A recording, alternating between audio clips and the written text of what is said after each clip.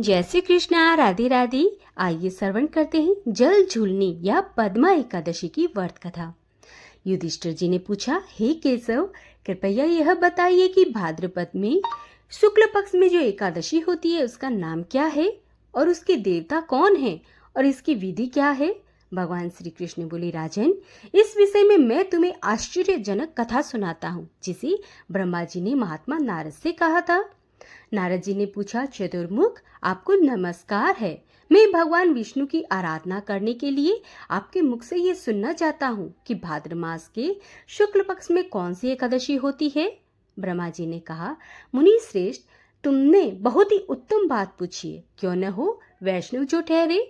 भादो के शुक्ल पक्ष की एकादशी पद्मा के नाम से विख्यात है। उस दिन भगवान ऋषिकेश की पूजा होती है।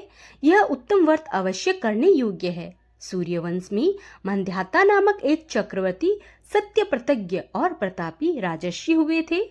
वे अपने औरस पुत्रों की भांति धर्म पूर्वक प्रजा का पालन किया करते थे। उनके राज्य में अकाल नहीं पड़ता था, मानसिक चिंताएं नहीं सताती थी और व्याधियों का प्रकोप भी नहीं होता था।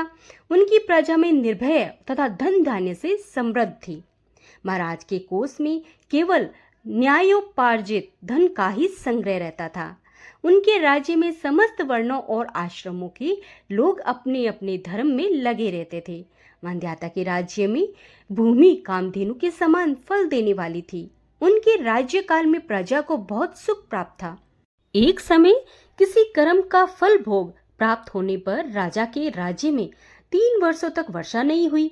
इससे उनकी प्रजा भूख से पीड़ित हो नष्ट होने लगी। तब संपूर्ण प्रजा ने महाराज के पास आकर इस प्रकार कहा। प्रजा बोली, नरश्रेष्ठ, आपको प्रजा की बात सुननी चाहिए। पुराणों में मिनीषी पुरुषों ने जल को नार कहा और वह नार ही भगवान का अयन यानी निवास स्थान है, इसलिए वे नारायण कहलाते हैं। नारायण स्वरूप भगवान विष्णु सर्वत्र व्यापक रूप में विराजमान है। वे ही मेघ स्वरूप होकर वर्षा करते हैं। वर्षा से अन्न पैदा होता है और अन्न से प्रजा जीवन धारण करती है। नरश्रेष्ठ, इस समय अन्न के बिना प्रजा का नाश हो रहा है, अतः ऐसा कोई उपाय कीजिए जिससे हमारे योगक्षेम का निर्वाह हो। राजा ने कहा, आप लोगों का कथन सत्य है, क्योंकि अन्न को ब्रह्म कहा गया है। अन्न से प्राणी उत्पन्न होते हैं और अन्न से ही जगत जीवन धारण करता है।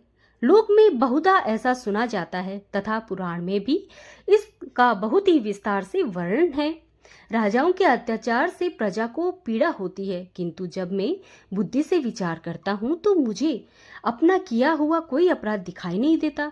फिर भी मैं अपनी प्रजा के हित के लिए पूर्ण प्रयत्न करूंगा। ऐसा निश्चय करके राजा मंद्याता इन्हीं गिने व्यक्तियों को साथ ले विधाता को प्रणाम करके सगन वन की ओर चल दिए। वहां जाकर मुख्य मुख्य मुनियों तथा तपस्वियों के आश्रमों पर घूमते फिरे। एक दिन उन्हें ब्रह्मपुत्र अंगिरा ऋषि के दर्शन हुए। उन पर दृष्टि पड़ते ही राजा हर्ष में भरकर अपने वाहन से उतर पड़े और इंद्रियों को वश में रखते हुए दोनों हाथ जोड़कर उन्होंने मुनि के चरणों को प्रणाम किया। मुनि ने भी स्वस्ति कहकर राजा का अभिवंदन किया और उनके राज्य के 7 अंगों की कुशलता पूछी। राजा ने अपनी कुशलता बतलाकर मुनि के स्वास्थ्य का समाचार पूछा। मुनि ने राजा को आसन और अर्घ दिया। उन्हें ग्रहण करके जब मुनि के समीप बैठे तो मुनि ने राजा का आगमन का कारण पूछा। राजा ने कहा, भगवान, मैं धर्माकुल प्राणी से पृथ्वी का पालन कर रहा था, फिर भी मेरे राज्य में वर्षा का अभाव हो गया। इसका क्या कारण है, मैं इस बात को नहीं जानता। ऋषि बोले, राजन, सब युगों में उत्तम यह सतयुग है। इसमें जब लोग परमात्मा के चिंतन में लगे रहते हैं तथा इस समय धर्म अपने चारों चरणों से युक्त होता है। इस युग में केवल ब्राह्मण ही तपस्वी होते हैं, दूसरे लोग नहीं। किंतु महाराज, तुम्हारे राज्य में एक शूद्र तपस्या करता है, इसी कारण मेघ पानी नहीं बरसाते। तुम इसके प्रतिकार का यत्न करो जिससे यह अनावृष्टि का दोष शांत हो जाए। राजा ने कहा, मुनिवर, एक तो वह तपस्या में लगा है और दूसरा निरपराध है, अतः मैं उसका अनिष्ट कैसे कर सकता हूँ। आप उस दोष को शांत करने वाले किसी धर्म का उपदेश दीजिए। ऋषि बोले, राजन, यदि ऐसी बात है तो एकादशी का व्रत करो। भाद्रपद मास के शुक्ल पक्ष में जो पद्मा नाम से विख्यात एकादशी होती है, उसके व्रत के प्रभाव से निश्चय ही उत्तम वृष्टि होगी। नरेश, तुम अपनी प्रजा और परिजनों के साथ इसका व्रत करो। ऋषि के ऐसे वचन सुनकर राजा अपने घर लौट आए। उन्होंने चारों वर्णों की समस्त प्रजा के साथ भादो के शुक्ल पक्ष की पद्मा एकादशी का व्रत किया। इस प्रकार व्रत करने पर मेघ पानी बरसाने लगे, पृथ्वी जल से अपलाविन हो गई और हरी भरी खेतों से सुशोभित होने लगी। उस व्रत के प्रभाव से सब लोग सुखी हो गए। भगवान श्री कृष्ण कहते हैं, राजन, इस कारण इस उत्तम व्रत का अनुष्ठान अवश्य ही करना चाहिए। पद्मा एकादशी के दिन जल से भरे हुए घड़े को वस्त्र से ढककर दही और चावल के साथ ब्राह्मण को दान देना चाहिए। साथ ही छाता और जूता भी दान देना चाहिए और दान करते समय इस मंत्र का उच्चारण करना चाहिए। नमो नमस्ते गोविंद बुध सर्वण संज्ञक अघोघ संक्षयं कृत्वा सर्वसंख्यो प्रदो भवः भुक्ति मुक्ति प्रदश्रेव्य लोकानां सुखदायकः।